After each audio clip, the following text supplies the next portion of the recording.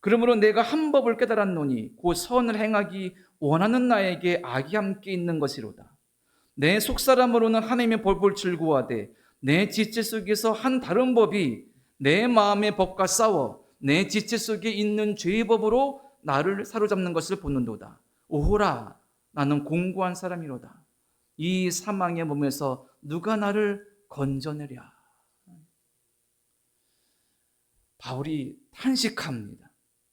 그 탄식의 핵심은 뭐냐면, 내가 다메섹에 예수 믿는 사람들을 잡으러 갔다가 영화처럼 드라마처럼 신비롭게도 예수님 만났는데 그 이후에 나를 보니 여전히 변하지 않고 있어요. 사람들은, 성도들은 훌륭한 사도라고 칭찬도 하고 능력의 종이라고 존경도 하는데 남이 알 수 없는 내 내면을 들여다보니까 형편이 없습니다. 두 사람이 싸우는 거예요. 한 사람은 하나님의 뜻대로 예수님의 제대로 살고자 하는 믿음이 있는데, 또 내 속에 또 한 사람은 여전히 죄에 이끌리고 죄를 좋아하고 세상을 좋아하고 탐하는 그런 인간의 본성에 이끌리는 두 사람이 있는 것입니다. 두 자아가 있는 것이죠. 그 영적 현실을 보니까 바울의 고민이 깊어져 갑니다. 어떻게 해야 되냐? 어떻게 해야 되냐? 그래서 말하기를 오호라, 나는 공고한 사람이로다. 이 사망의 몸에서 누가 나를 건져내랴. 그런데 저는 이 바울의 고백을 읽으면서 놀라운 것은, 바울 정도의 그 당시에 지위가 된다면, 교회 안에서의 위치를 본다면 이런 말 부끄러워서 할 수 있을까? 만약 훌륭한 목사님이 자신의 내적 고민을 솔직하게 드러낸다면 엄청난 용기거든요. 어떻게 바울은 자신의 내적인 현실을 이렇게 고백할 수 있었을까? 이유는 한 가지입니다. 이것을 해결할 수 있는 길, 해결할 수 있는 열쇠를 알고 있기 때문입니다. 오늘 저는 그것을 함께 나누고자 합니다. 고민 없는 사람 없습니다. 고통 없는 사람 없고 깊은 번뇌에 빠져서 허적거리지 않은 경험이 없는 사람 없습니다. 정도의 차이일 뿐이죠. 예수 믿는 사람으로 나는 어떻게 그것을 바라보고 이기거나 극복할 수 있을까? 아니면 예수 믿기 전과 후가 나는 똑같아서 여전히 내 속에 있는 연약한 자아에 이끌려서 절망하며 허적되고 있는 것. 먼저 바울이 말하는 바, 고민과 고통과 어려움을 넘을 수 있는 것은 그 고난을 넘어 영광이 있다는 것입니다. 오늘 본문 18절에 보면 바울이 이렇게 말하죠. 생각하건대 현재의 고난은 장차 우리에게 나타날 영광과 비교할 수 없도다. 우리의 삶의 현실에 고난이 있습니다. 그것이 고민이든 어떤 고통이든 어떤 어려움이든 우리가 감당하거나 우리가 맞서기에 버거운, 절망하고 실망하게 하는 고난이 분명히 있습니다. 그런데 그것과 비교할 수 없는 장차 우리에게 주어질 영광이 있다는 것입니다. 여기서 조금 더 생각해 보지요. 현재의 고난이라고 그랬습니다. 현재의 고난. 이 현재의 고난은 뭘까요? 본질적으로 고난은 죄의 결과입니다. 물론 우리의 인생에 있는 모든 고난이나 시련이나 어려움이 내 죄 때문에 되어진 것이라고는 말할 수 없습니다. 내가 실수로 자초한 어려움도 있고 인생을 살다 보니 어쩔 수 없는 불가피한 어려움, 고난도 있을 수 있습니다. 이 바울이 말하는 현재의 고난은 본질적인 것입니다. 내 실수나 살다 보니 우연히 겪게 되는 고난과 어려움이 아니라 본질적인 고난입니다.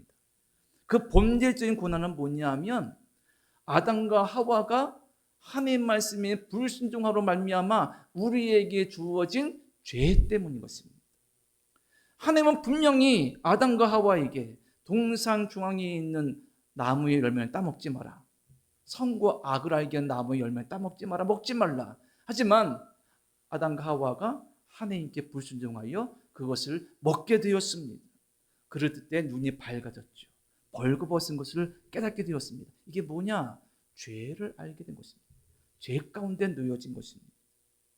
죄의 결과는 무엇이냐면 죽음입니다. 이 죽음은 우리 육신의 죽음만이 아닙니다. 성경이 말씀하시는 죽음의 가장 본질적 의미는 뭐냐면 하나님과 내가 격리된 겁니다. 내가 하나님에게서 떨어진 거예요. 하나님의 귀한 창조물인 우리는 하나님 안에 있어야 되는데 하나님께 불순종한 그 죄로 말미암아 에덴 동산의 쫓겨남으로 말미암아 하나님과 관계가 거리가 단절되고 멀어지게 되었습니다. 그리고 이 죄로 말미암아 그 죄의 결과인 죽음으로 말미암아 그 하유의 고통들이 우리의 삶에 따라오게 되었습니다. 하나님께서 아담을 쫓아내시면서 뭘 하셨느냐? 그 와중에도 은혜와 사랑의 말씀이 많지만 한 가지, 내가 땀 흘려 일하지 않고는 먹을 것을 얻을 수 없을 거예요. 인생은 먹고 살기 위해, 생존하기 위해 일해야 됩니다. 땀 흘려야 됩니다. 이로 말미암아 온갖 말할 수 없는 고난이 찾아오죠. 먹고 살기 위한 무거운 짐을 지고 살아갑니다. 생존하기 위해 땀을 흘려야 되는 고난 가운데 있습니다. 때로 고통스러운 질병 찾아와서 질병의 고난이 있고, 때로 인생을 살다 보니까 내 뜻대로 되지 않는 또 알 수 없는 미래와 불투명한 미래 때문에 불안과 염려로 말미암아 내 속이 무너질 때가 있습니다. 사람과의 관계가 틀어져서 그 사람 때문에 얼굴만 봐도 고통스럽고 스트레스 쌓이는 어려움도 있고, 정말 사랑하는 사람과 이별하고 사별하는 그 고통들도 있습니다.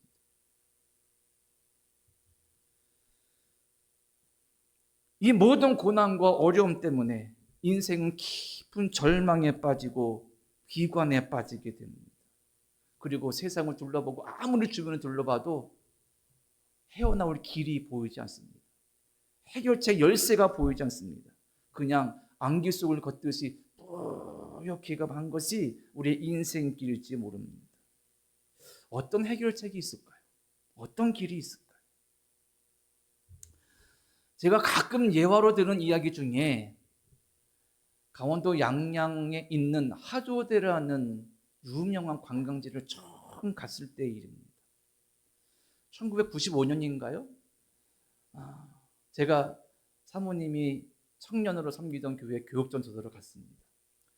그 교회에서 이제 여름에 학생 청년 수련을 준비하려고 계획을 짰는데 장소를 물색하다가 그 하조대에 있는 한 교회를 소개받게 되었습니다. 혹시 하조대 가보신 분 계세요? 안 가보셨나요? 세상에나. 95년으로 기억이 돼요. 그런데 소개받은 교회는 하조대 해수욕장 초입에 있는 교회였어요. 교회 청년 한 명과 함께 털털 재는 봉고차를 끌고 영동고도를 지나서 양양에 도착해 하조대에 도착했습니다. 교회 갔죠. 바로 도로 옆에 있고 해수욕장 초입에 있으니 찾기는 쉬웠습니다. 그래서 그 교회를 둘러보고 또 목사님께 해수욕장 설명도 들었습니다. 그런데 목사님이 여기에 유명한 경치 좋은 데가 있다 말씀하시면서 가자는 거예요. 저는 속으로 시큰둥했습니다.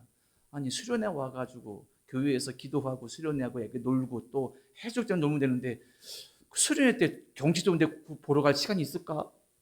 그래서 시큰둥하고 그냥 차에 타서 끌려갔어요. 근데 가다 보니 멀지 않은 길인데 해변길을 따라서, 그때는 비포장도로였습니다. 지금은 잘 포장되어 있는데 울퉁불퉁 비포장도로에 꼬불꼬불 길을 지나 얕은 숲이 있는 산을 넘어 조금 가니까 내리라는 거예요. 여기가 하조대다. 세상에 내려서 제가 입이 쫙 부러지고 말았어요. 너무 멋있는 거예요. 하조대는 왜 하조대냐면 조선의 개국공신인 하륜하고 조준이라는 사람이 고려 말에 거기에 피했다가 이 두 사람의 성을 따서 하조대라고 붙인 거예요. 왼쪽 절벽 꼭대기에는 등대가 있고 오른쪽 절벽 위에는 정자가 있어요. 세상에, 제가 제대로 된 여행을 다녀보지 못해서 그런지 처음 본 그곳의 동해바다는 너무 환상적이었어요. 정자에서 딱 보면 앞에 바위에 소나무가 딱 있는데, 이 소나무가 TV가 12시에 딱 끝날 때 애국가 나올 때 나오는 소나무라는 거예요. 세상에. 그리고 왼쪽에 등대로 올라가는 길에 파도가 들이치고, 와, 그리고 올라가는 그 길과 등대에 딱 섰더니 동해바다가 마치 독도가 보일 것처럼 쫙 펼쳐져 있는데 세상에 넋을 놓고 봤습니다. 그 이후에 저는 결혼하고 기회 있을 때마다 1년에 한 번 정도는 꼭 그것을 방문하고 아이들과 가서 그 하조대 절경을 감상하고 그랬습니다. 근데 요즘에 어쩌다 가면 그때의 그 절경 감격은 또 없더라고요.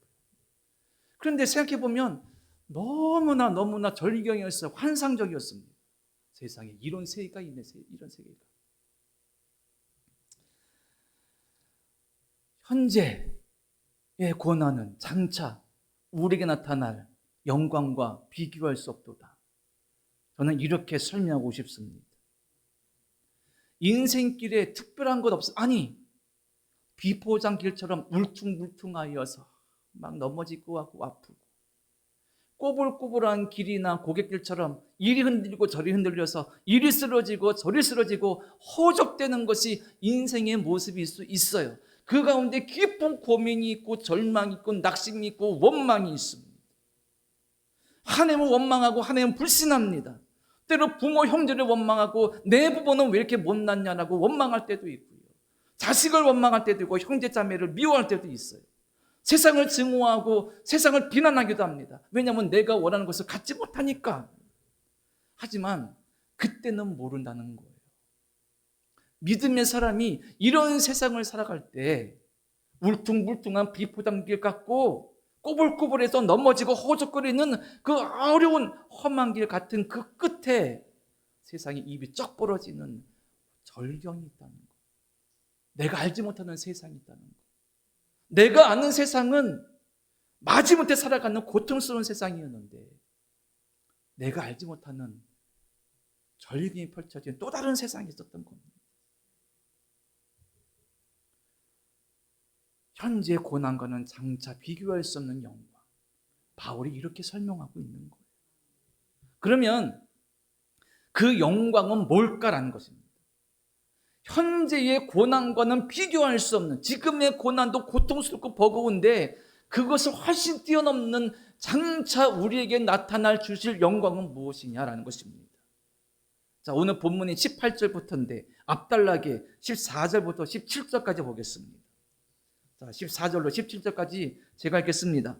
무릇 하나님의 영으로 인도함을 받는 사람은 곧 하나님의 아들이라. 너희는 다시 무서워하는 종의 영을 받지 아니하고 양자의 영을 받았으므로 우리가 아빠 아버지라고 부르짖느니라. 성령이 친히 우리의 영과 더불어 우리가 하나님의 자녀인 것을 증언하시나니 자녀이면 또한 상속자 곧 하나님의 상속자요 그리스도와 함께한 상속자니 우리가 그와 함께 영광을 받기 위하여 고난도 함께 받아야 할 것이니라. 아멘. 바울이 뭐라 말하냐면요, 우리는 하나님의 아들이다. 우리는 종의 영이 아니라 양자의 영을 받았다. 성령께서 우리가 하나님의 자녀인 것을 증언하신다. 우리는 상속자다. 믿으십니까? 우리는 예수 그리스도의 십자가의 죽으심과 부활로 하나님의 자녀가 되었어요. 이게 양자의 영을 받았다는 거예요. 그전에는 종의 영이었죠. 뭐의 종이요? 죄의 종의 영이었어요. 그래서 고통과 절망이 있으면 그것에 무릎 꿇고 그것 때문에 모든 것을 내려놓고 포기했어요. 그런데 양자의 영, 하나님의 자녀, 하나님의 아들, 딸이 되었다는 것입니다. 그래서 우리가 감히 죄인된 내가 하나님을 어떻게 불러요? 아빠, 아버지라 부르는 거예요. 아빠, 아버지라 부르며 기도할 수 있게 될 것입니다. 우리가 하나님을 아버지라 부를 수 있는 유일한 근거는 뭡니까? 예수께서 나를 위해 죽으시고 그분이 나를 살렸기에 예수님 통하여서 하나님을 아버지라, 아빠라 부르게 된 거예요. 여기다가 아들, 딸에 되었으니 뭐가 있습니까? 자녀가 되었으니 상속권이 있다는 겁니다. 상속권. 합법적으로 유산을 불려받을 권리가 생긴 거예요. 바울은 장차 받을 영광을 이 상속권에 비유한 거예요. 우리가 받을 유산이 있다. 영광이다. 그게 뭡니까? 예수님 통해 우리가 새로운 생명을 얻었어요. 예수님 믿어도 내가 사는 삶의 자리가 별반 다르지 않을 수도 있어요. 여전히 고난이 있고 고민이 있고 깊은 실망이 있습니다. 그럼에도 우리는 예수님 통하여 새로운 생명 얻은 존재인 것을 고백하고 믿습니다. 하나님의 아들, 딸로서 하나님이 언젠가 완성하실 새로운 나라에서 영원히 살 것을 믿습니다. 그 나라가 지금 예수 그리스도 안에서 내게도 주어진 것을 믿어요. 그 하나님께서 지금도 나를 인도하시고 나와 함께 하시고요. 우리 주님이 나와 동행하십니다. 이게 영광인 거예요. 현재의 고난이 아무리 무겁고 아무리 고통스러울지라도 나에게 주실 그 장래의 영광, 그리고 지금 이미 예수 그리스도 안에서 맛보는 그 영광과 비교할 수 없다는 것입니다. 믿는 자는 어떤 존재이냐? 이 영광을 바라보는 자입니다. 사랑하는 성도 여러분, 무엇을 바라보고 있습니까? 하나님이 우리에게 주실 그 영광, 이미 예수님 통해서 보여주신 영광을 바라보는 자가 진짜 성도인 거예요. 진짜 성도입니까? 예수님이 십자가에 감사하고 예수님이 십자가를 내 마음에 품고 나 같은 자를 위해서 죽으신 예수님을 고백하며 찬송하는 그 믿음의 간절함과 사모함과 진심이 있습니까? 믿는 자는 이 영광을 바라보고 누리는 자입니다.